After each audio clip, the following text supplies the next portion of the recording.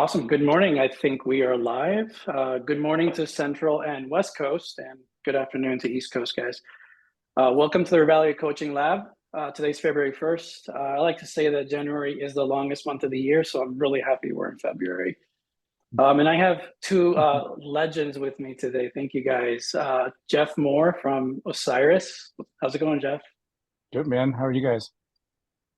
We're doing great. I'm really cold here in Florida at 64 degrees. So, Oh boy, golly, it's like supposed to be 55, I think, here today in Colorado, though. So I bring that up in every call I take because I think it's hilarious. yeah, I am cold though, like I'm not joking. It's bad. And Barry Jenkins from Everything Else. I don't know how to introduce you. How you doing today? Good, man. Good. I thought you were going to start by singing the Star Spangled Banner. Are you not doing that anymore? No, I'll do that after when you guys drop off, so Okay. it's not as awkward. But anyways, Yes. I think we have.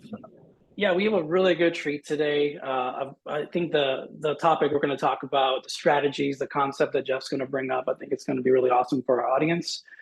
Before we jump into that, though, I want to start with a kind of a softball question in my mind for our audience. I'll start with Jeff. You, Yeah. if I was okay, let's say I'm a new agent and I'm already digesting some of the content, webinars, and things like that. Is there someone on your mind right now that you would recommend for me to look into? Yeah. I mean, so I'm always from the belief, and just to take you back a little history, like Barry was that guy for me, and still is that guy for me since, like, I mean, you and I started talking 12 years ago, and literally, someone told me just to have the guts to reach out to somebody, and he was super kind enough to reply, and it started a really great friendship, and it helped my career tremendously. And so I do believe that you need to find somebody that is at your level, above your level one, and then who is going to be your future self in 5 to 10 years. And those are your mentors, right? And then immediately, as soon as you start to mentor somebody else, you start to do things a lot more on point. Like, to learn something is to teach something, right? And so, like, I feel like Barry is that guy for me there, right?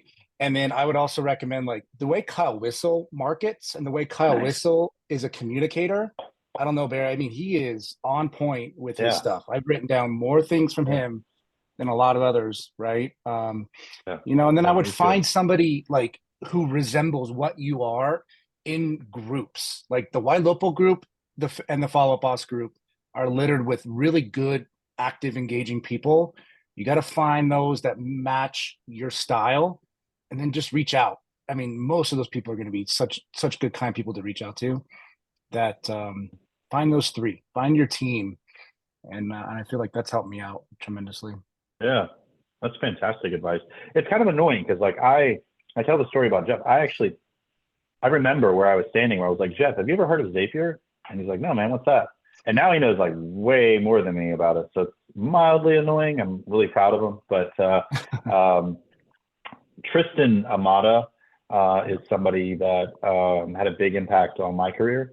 And I think from just a scripting, talking to leads, somebody that I just don't think gets enough attention is Dale Archdeacon. And he, like, if I would have been following his playbook, he was just an agent in 2008. But honestly, if I would have been following his approaches in 2008, I would have made lots of money during the market crash, and I went broke. And I didn't think about Jeff's answer, but I really like what Jeff said. Being active in real estate Facebook groups and collaborating with those people, the only reason you guys know who I am at this point is because there was a period of time from 2015 to 2016 that I just got stoked on collaborating and helping in Facebook groups. I didn't even know it was a career path. I just was like geeking out on collaboration, figuring out new tech tools, running a team, and just having a blast. And all the things that I do now, like head realtor in residence at Ylopo, 80 agent team in Virginia Beach, all of it came as a result of that collaboration. So I really like Jeff's answer there too. Yeah, I mean, I think there are times where someone will drop a question on Facebook, and I think you immediately tag Katrina on it, Barry, and it's just like we can it's just another community, and that's a really good place to go. I tell all our customers, hey, you need to get involved in the Facebook groups. There's so much knowledge. It's like another doc, another way to learn. And Awesome. also Revaluate, you know, is a nuanced product. And I feel like the Revaluate Facebook group, like, okay, great. I've got people that are likely to move. Now what? Which I know is kind of what we're talking about today, but I feel like that would be a great place, the Revaluate Facebook group, to collaborate on ideas as well, like what's working, what isn't, that kind of stuff. Yeah, for sure. Thank you, guys. All right, I think I want to get into this main topic, and I had a cool conversation with Jeff about a week ago, and he showed me this idea he was working with, and I don't want to hype it up too much, but I'm pretty excited for it. Jeff, I don't know if you want to just kind of share the slide and we kind of walk through it, and Barry will jump in, and let's have a good discussion about this so our audience can learn this topic a little more. Yeah, let's do it. All right. So this was interesting because I was going back, I had a team here in town, in Denver and Littleton, and, we were probably at the height doing 130 to 140 sales a year. And I put together a lot of this stuff with my team into giving it a playbook to agents on like the focus, right?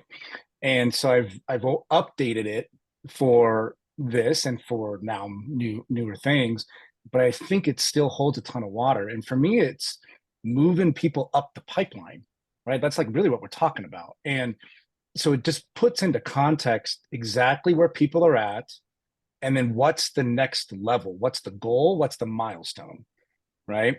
And for me, general public cold leads, that's farm, right? That's expireds, FSBOs, those kind of things, right? Your target audience is going to be your leads. Those are like your paid ads, even the people that have said, hey, I want more information, signups, that kind of stuff. I put in there likely movers as well. That's a target audience. Now they're hand raisers, more or less, before they become a lead, which is kind of a topic on its own, right? Yeah. And the goal of this group is to get them to a conversation, right? And if you can have a conversation, then get to an appointment, you're moving them up the pipeline, right? And then they become a met or a hot engaged, right? You're looking at positive responses. And then these are the marketing plans that go with them. And then eventually get them into closings and contracts, VIP, the whole 9 yards.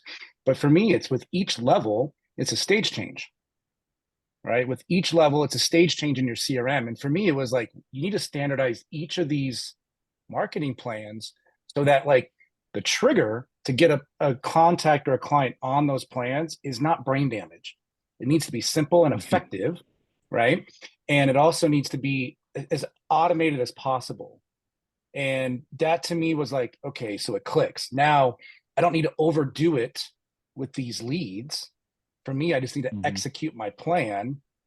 And then the moment my trigger happens, like a response, an appointment, etc., they execute this. This is where I recommend spending more money, right? At met contacts, hot contacts. Don't spend as much money here, but spend it here. I really like that. I think I think where the magic for my team has been is that red circle. Look, I mean, Revaluate, the ROI on Revaluate's there. It's a fantastic data source, but I do think that, there's a faulty expectation sometimes that these people, these likely to move people that are in this red circle in your diagram, they're going to be stoked to talk to me when I call them. And, I was just with an agent on my team yesterday that wants more listings. And so I said, all right, I want you to call, we call it list number 8, which is likely to move sellers. And we've got 1,100 people that we've got their home address, and Revaluate says they're likely to move. And I said, I just want you to call them, and I want you to be as indirect as possible. And for us, it's, do you know anybody? I have buyers looking in your area. Are any of your neighbors interested in receiving an offer for their home in the next 6 to 12 months? This crushes. Because I'm not saying, do you want an offer? Do you want to sell? I'm like, do y'all know anybody? Because if they just got a divorce, or they just got a degree, or they just had a baby, or they just had, whatever the other D's are. I don't know. I can't think of it right now. But like, Yeah. I'm surfacing. Yeah. I'm surfacing an opportunity because in their head, they're like, oh, you know what? I actually was just thinking about maybe I need that third bedroom. And guys, like we've had situations in that red circle where we call the lead and we're like, do you know anybody in your neighborhood that's looking to move? I've got buyers looking. And they're like, yeah, you know what? I just admitted my husband into the hospital. He's under hospice. I was just telling my daughter I need to probably start thinking about moving. I'm not ready to sell yet, but can somebody come over and start talking to me? Like that hasn't happened once. That's happened numerous times. And so like this makes a lot of sense because what you're basically saying is based on the category of where the people are at determines my behavior. Because once I talk to them, that's when they're in that white circle in the middle. Yeah, right? it's interesting because if I were to add one more layer to this, it would be conversation type, or script type. Because those 4 R's, right? The right time at the right person, saying it the right way. Well, this is your timing, and the right script for this person is totally different than this person. You know what I mean? And you got to move them to here. If you're clear on your goal, just a conversation, then an appointment. Right. Not trying to get all the way. You're just trying to knock a domino down. I think it helps kind of, organize your thoughts into like, okay, this is my goal. This is even if I get a reply, even if I get a convo, that's a win because of where they're at. Right. Yeah. And I think we're oversimplifying like the likely to move list, and we're kind of skipping the conversation and we're going right into 50. So instead of using the 36 touch, we're going right into the 52 touch. We're thinking, oh, these people are likely to move. Let me skip over into the 52 touch plan. And I think one of the reasons why my position at Ylopo has grown to the point that it has is I'm obsessed with understanding the end user.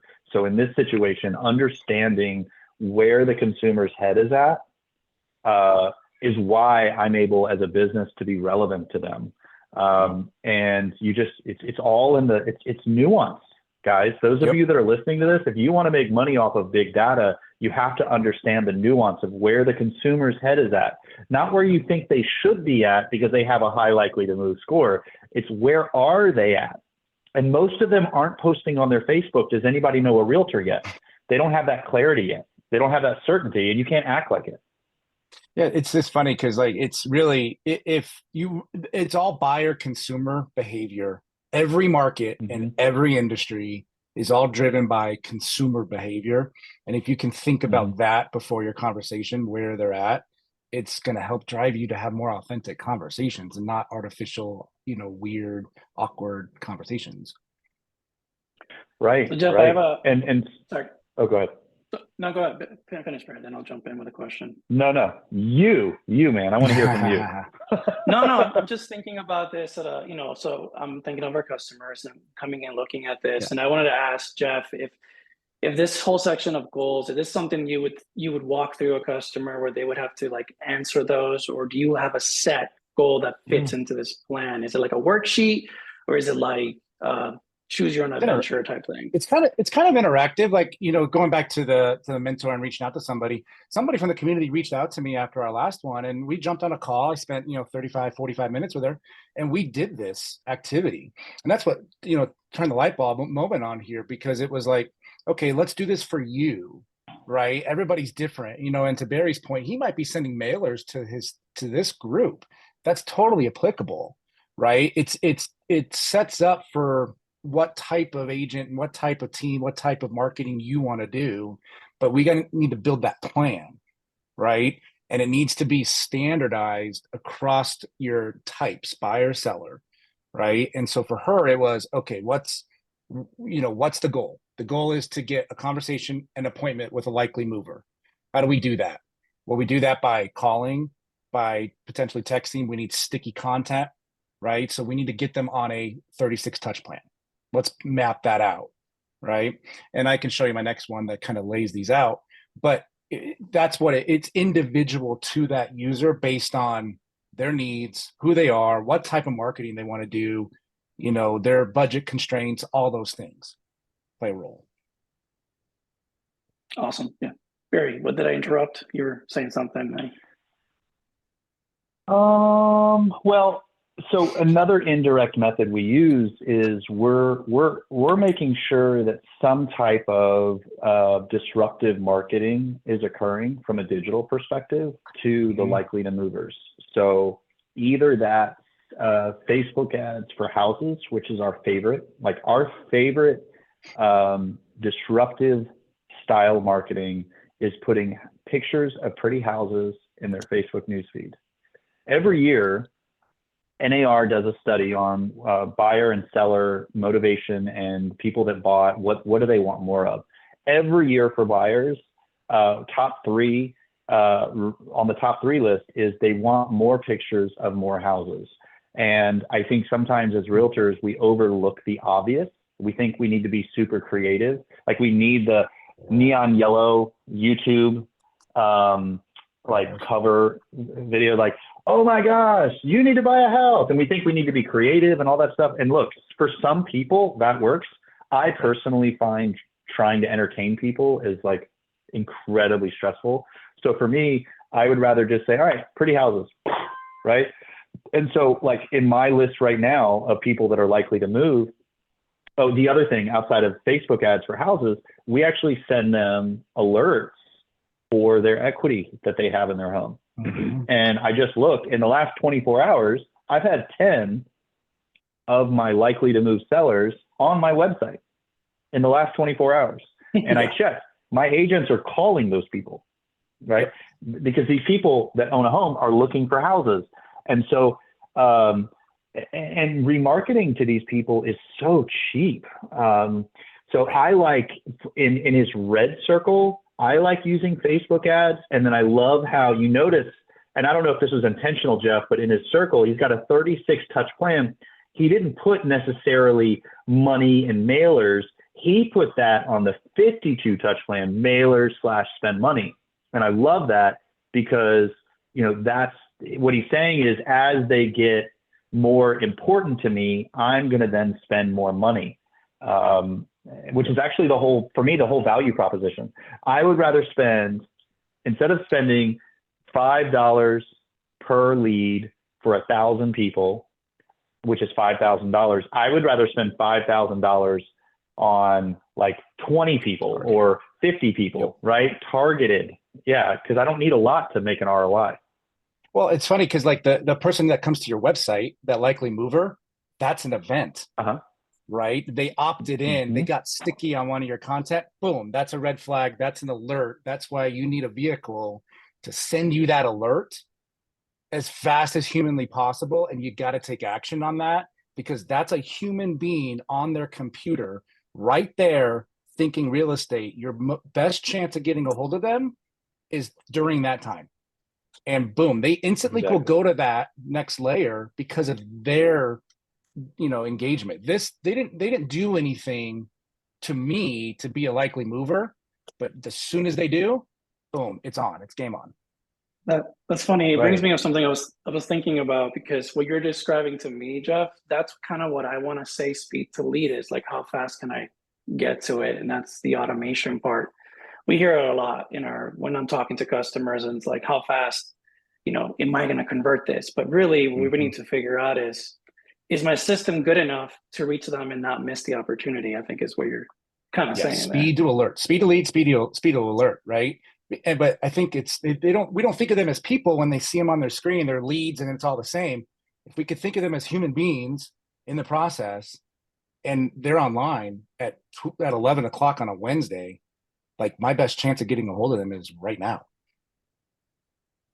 Yeah, and I like speed to lead in this conversation to me is confusing because like if I think about it, okay, they've had a major life event, and so I'm getting an alert that they had a major life event. Like this is kind of like tongue in cheek here, but like, hey, just checking to see, have you recently had a divorce or a degree or any diamonds in your life? Like, what's going on? You okay? Right? Like. Of course, like the vibe has to be serendipitous. Yeah, Yeah, very weird. So like serendipity here is really valuable when you're calling these people. But when you combine a really great marketing strategy where you're putting out valuable content. We got a question in the chat from Stacy asking what I meant by equity reports, or do I mean market reports? What we do is we send the people that are likely to move, that we have their home address. We send them a seller alert where we're sending them. So I use Ylopo, but there's other products. There's Fellow. What else? Who else does seller? HomeBot. What is it? HomeBot. Yeah, HomeBot. Yeah. So where I'm sending them, like everybody cares how much equity they have. Everybody cares if you own your home, what it's worth. And so sending this in mass to people that own their home, that are likely to move, and saying, here's how much equity you have in your home, is like instantly relevant. And then if they click it and they engage in it, to me, that's first person on my list to try to convert from the pink circle to the white circle of the hot met contacts. How often are you sending that? Is that a monthly one? Is that every 2 weeks? Is that a weekly? Like, what's the frequency on those emails? Quarterly is what we do, just because like your home value shouldn't change like quickly. And we want it to always be interesting. And we're testing right now the Ylopo Seller Alert is a product that I personally helped design, and it actually puts it scans the database and shows the homeowner how many buyers you have looking for their home as well. And so that's kind of like a really neat thing. But market reports work as well, but that's more general. And with mailers, while I'm talking about specific versus general marketing, am I stealing your thunder? I'm sorry. No. This is giving it context, no, like good. specifically. Pull this up to see your frequency. Yeah, because I feel like it's spot on. Yeah. So with the postcards, what we found works really, really well is CMA postcards. So this is where companies like Corfact and some of the others can actually, you upload a list of homeowners, all of them are getting postcards with comps, what's recently sold. So what we do is we do a just sold, like, hey, we just sold this home in your area. And by the way, on the other side of the postcard, here's all the other homes in your neighborhood that have sold. I've actually gotten sales off of those postcards because it's relevant. Corfact is phenomenal. I'm glad you mentioned Corfact. And here's why I like it is when a seller from a postcard takes an action on the website, you know what home it is. You have the homeowner that did that action because every postcard is uniquely identified for that house, right? And otherwise, if you just send blanketed postcards and somebody takes an action, you really don't know which house is coordinated or correlated with that action. But with a Corfact tool, you can. I love that. Love that. Yeah, so this just breaks down what the script is. Yeah, this just breaks down like the plan on each level, right? That's all it does. And it's really just to give you some context on each plan at each targeted pieces, right? And so I wanted to provide that at least to give you guys some nuance on building your campaign and each level on what it includes. Yeah, so this is something you go over with your clients, Jeff? Yeah, it's a helpful tool. I built it for my real estate team too. And for each level, these are just some ideas that we were doing, right? So these are your market condition emails. I put them as a monthly one. That's your likely movers, right? Yeah. And then I figured 2 a month education community type emails, retargeting, focus audience, and some general engaging type content. I feel like you need a website there that's sticky. It's a simple opt-in, right? Inexpensive, single sites for opt-in. Then boom, once they get here, mailer, newsletter. And then once they become clients, you're looking at client events, giveaways, get them more engaged, and then your VIPs. You do need a VIP past client plan. I like that. Those are some ideas. Huge help. Somebody just asked what the script is for the equity. What does that script look like? I actually am not going to bring up that they saw it. I'm going to call them. If they opened it and they're engaging it, I'm going to call them and ask them, hey, I sent you, I'm going to say something along the lines of, hey, I sent you an equity report And I sent it because some of the information there is really fascinating. Wanted to make sure it loaded for you, okay? See if you have any questions. I'm not going to call and say, hey, did you see your equity went up 20,000? Do you want to sell? Too much too soon. You got to be indirect with these people. Also, let me just say, people don't like talking about selling their house. They don't. It's not a sexy topic. They're not, like, there's no dopamine there. It's stress. So when they say, yeah, I got it, we're going to say something like, okay, cool. Obviously, you've got some equity there. Are you open to moving in the next 6 to 12 months or not so much? If they say they're open, I'm going to quickly pivot and ask them about where they're moving to. I'm gonna table the home. Most agents, like, they start salivating and they're like, seller, when can I come over? And you're out of touch. You gotta step away and focus on, all right, well, are you staying local or are you going to be moving out of the area whenever you do decide to move? And what you'll find is as soon as you start talking about where they're going, let's say they're going to the other side of town and they have a 2-hour commute every day and they're so over it. And they're like, I would love to live within 30 minutes. I feel like I'd get my life back. They're going to start getting that pleasure, that dopamine back in their brain. And you're going to hear them smiling on the phone as they dream with you.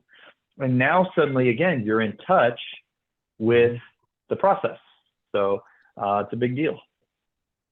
Barry, can I ask you a question? I think I'm going to oversimplify what you're saying, but I think the combination, and I have another comment afterwards, like the idea of the equity report, the question that you asked, do you know someone in your neighborhood that's moving, the CMA postcards, like to me, what I try to tell people when we're talking to them on Zoom as they're setting up their accounts and thinking about their likely movers, what we're doing is kind of planting the question, right? You want that dopamine hit to come, but you want it to come from them. Is that a fair way of looking at it? Questions? Yeah. I can't, man, if I had the ability to create dopamine in other people's brains and it's not an illegal drug, I would make a lot of money. Like if it was like a remote control, like everybody would love hanging out with me, right? Like Willy Wonka could do that, so, I think. I know, like, ding, ding, ding, ding, ding. So yes, to your point, I understand human behavior. So I know there's some themes to, like, selling is stressful, buying is not as stressful. Buying invokes new beginnings, dreams, letting go of what's behind. And, so I know that. So that's why I'm going to craft the conversation around what I understand most consumers are excited to talk about. What I think is super cool about all this stuff and what Jeff is presenting, you're providing kind of an example of how to reach that goal that we're trying to get at in the target marketing, right? We want that conversation. All these tools and suggestions that you're providing to me are paving the way to have that conversation to hit that goal so you could move it on to the next circle is kind of what I'm seeing right now. Yeah. And what I love about what Jeff's laid out and this whole topic, look, you can go knock on doors and you can still create revenue doing that. But personally, since 2011, I've really decided that I wanted to be able to, like, sit behind a computer screen and kind of control my financial future. I don't want to, like, wake up in the morning and not really have a plan. And with what Jeff is showing right here and the product at Revaluate, when you combine a really strategic marketing strategy with really good data, what you're able to do is to start to create processes whereby you're always talking to the right person at the right time with the right message. And that's where the revenue is. Like that's everything. And you don't have to, and it scales because you just wake up in the morning and here's 4 people and you just go after it. Well, and you're not working nearly as hard. I mean, maybe that's the secret sauce, right? It's like, look, instead of dialing 1,000 people a day, select all and call, those days are well behind us. It's, you got to be tactful and go, oh, this conversation is for this person. And you pull from your library to go, oh, that conversation is for this person. And if you can reach out to 25 people and have 15 conversations on the money, yeah, you're done. And it's so much less stress and so much easier on you, so get more tactful. Well, and before this call with you guys, I was on with one of my my new agents. So we've hired 11 new agents in the last 45 days. I actually decided to try to recruit. Never done that before. Great. And yeah, Congratulations. and That's thanks. awesome. And I said, look, in our CRM, we have 272,000 leads. I've been hoarding them since 2015. Like, I just saw the writing on the wall. I saw where the industry was going. I said, now go through the list. And our list had like 50 people, 100 people, 200 people. What did I do? I filtered the consumer behavior to the point that I am only showing my agents the people that are going to realize income. And that's what this plan does. That's what all of this does, is it creates activity so that you can filter it out and focus on the now business. I think we've got another question too. Yeah, I think it's for Jeff. Richard is asking if you can elaborate on the concierge club. Yeah. So for me, it was just, you need to provide some level of value for this group that keeps them engaged. And the idea that came from this was, a club card, right? And the club card is, I said, my admin, you're a concierge. So if they call you and they want a tea time, schedule it on tea time. You know what I mean? Like some level of concierge that's beyond, what just buying and selling houses. And we kept marketing for that. I've seen a lot of like point system technology out there where you do a review and you get points, and these points add up to swag or whatever. It's a club, right? And the the ultimate goal was, how can you have your business card stay in their wallet and maintain value for them ongoing? And think about the cards that you use now, right? It can be valuable enough to be a concierge or a membership, black cards, right? And you may not achieve, it may be a big project, but if you could start to think that way, it may help to provide more value in other areas besides just buying and selling homes. Absolutely. Yeah. No, that's great. It is all about how can you be relevant to your past clients. And I mean, like if you look at these credit card companies, like that's the same stuff they do. Like discount cards, like there's Founders Club, which is like $1,000 a year, and you instantly get upgraded for all these hotels and car companies and all this stuff. And that's you've basically come up with an idea how to create one for yourself. And I've heard of agents, to your point, Jeff, go to local vendors and say, hey, I'm creating a discount network for my past clients, and I'll give you some free branding on this card. And like a small business owner is going to love that. They're gonna be like, yeah, 20% off of XYZ for all your past clients. Well, and what a great excuse to call somebody and say, hey, we just started working with this, X and Y Z company, and they're doing 30% off for our guys. I can schedule this right now for you if it's helpful. And take it off your plate. Think about how much different that is than, hey, I'm just calling to see if you have any friends or family members that you could refer me for. Right. It's not the same. And actually, this is what I teach my agents to do with their leads that they do talk to that say, I'm not ready yet. Instead of calling them every 3 months or 3 weeks and saying, are you ready? Are you ready? Are you ready? We always call with something. Hey, I saw this and I thought of you. How would you like me to send it? Same thing with voicemails. We never call and say, I was calling to see if you had any questions, or I'm calling to check in. You're burdening the consumer with having to formulate a question. Like, I'm not calling you back. I'm tired. I'm helping my kids with my homework. I'm cooking dinner. Like, I don't want to think. But if you call me and say, hey, Jeff, or hey, Barry, I had 2 things I wanted to share with you about recent change in the market. Can you give me a call back when you have 5 minutes? I just want to, kind of just download that information for you. People are going to call you back. Well, and I think there's two key phrases to take out of that you could use in text message and in a phone call, right? I wanted to share this with you.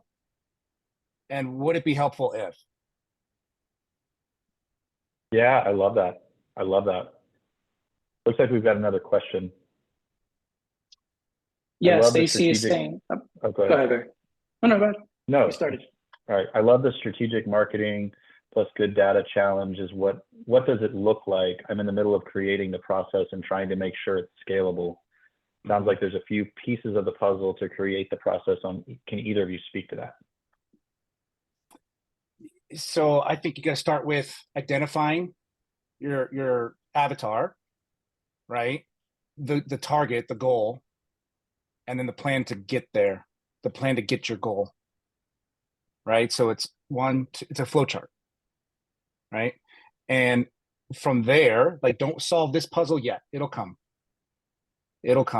right? So your target, your goal, and then when you get to that goal, what happens, right? And then let's build the content from there. And this content, this number is not ironclad. I feel like numbers have changed on the number of touches you get to conversation and all that stuff, right? It's really just like a consistent plan to stay top of mind, right? So that when the time comes, you're on it. And I'll never forget this, by the way. This was like 8, 9 years ago. You brought up an analogy. You walk into a couch store. You remember this? And you walk into a couch store, the first person that greets you, they say, "Hey, how can I help you?" And you're like, "I'm just looking." Right. And so you start looking. You have no interest in talking to somebody. You just want to look. Right. But the moment you start seeing a couch that you like, what do? You pick your head up and you look around, and it doesn't matter if it's the first person, it's the nearest person. Right. But if he was tactful or that person was tactful, they're kind of eyeing me, they're watching me, and they're looking for that cue. And the moment I hit that cue, boom, they're in there before I actually take an action. And that's what you do with consistency. That's what you do with picking up on their cues. Their cues are replies, engagements, signups. Pick up those cues, and then your plans will follow. Yeah, I love that. And then, so yeah, I think that's really good advice. And Stacey, I would just tell you, I would take all your likely to move, like anybody that's over 80 in the Revaluate platform, upload them into something that runs Facebook ads and run Facebook ads to them. Make sure that if they click those Facebook ads, that data goes back to your CRM. So for example, if you have a website, make sure the website's connected to your CRM. I think you use either Brivity or Follow Up, I don't remember, but so then you make sure that the ad behavior connects back to your CRM. And then, so that's tracked. And then I would just encourage you to have 12, at least 12 emails that are designed to like get engagement. Yeah, smart. He wrote market condition emails. Tristan and I wrote it was a collaborative, it's called the Ylopo Lab Code Agent long-term drip campaign. It's in the Follow Up Boss Action Plan library. It's free. But you don't need to do that. But that email gets incredible engagement because all it is like, hey, here's a blog that I found on credit reporting or whatever. And so you're just staying in front of them with value. I would do those two things and then hone your craft on when they either click the email or click the ad, how to be indirect with them and surface opportunity. Yeah, hopefully that's helpful. No, it's super helpful, guys.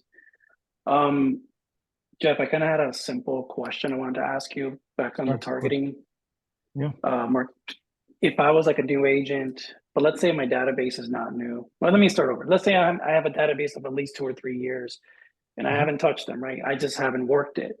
Should I look at this and just put everybody in general public and work my way in? Or like, is that a good strategy? Start fresh and or should I have some, if I didn't take any notes, for example, because sales guys don't take notes. Yeah, of course. Well, so I think you do need to put them into these things, but you add them to your database for a reason. They're already a targeted group for you. They're not cold. You don't know their name. You know their name. You may know where they live. You have their phone number. They're more in this category than they are here, right? Like think FSBO, think expired, think, farm. Those are general public versus, your target group. But you need a sticky website, right? You need to do some general prospecting, but you also just like start engaging in a very passive, indirect way.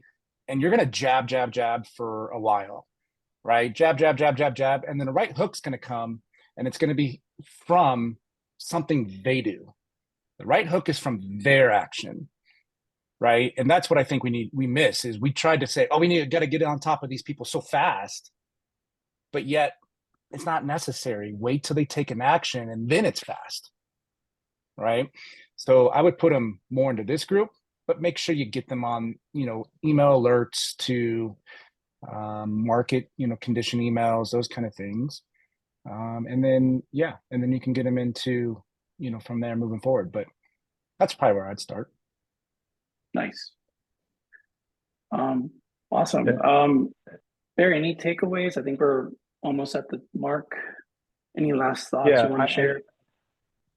I think the last thing I'll share is when all of this is working perfectly, when the Revaluate data is killer, when the ads and these market touch plans or these emails or cards are creating engagement, success, hear me on this, guys. Those of you that are on this webinar, this is really important.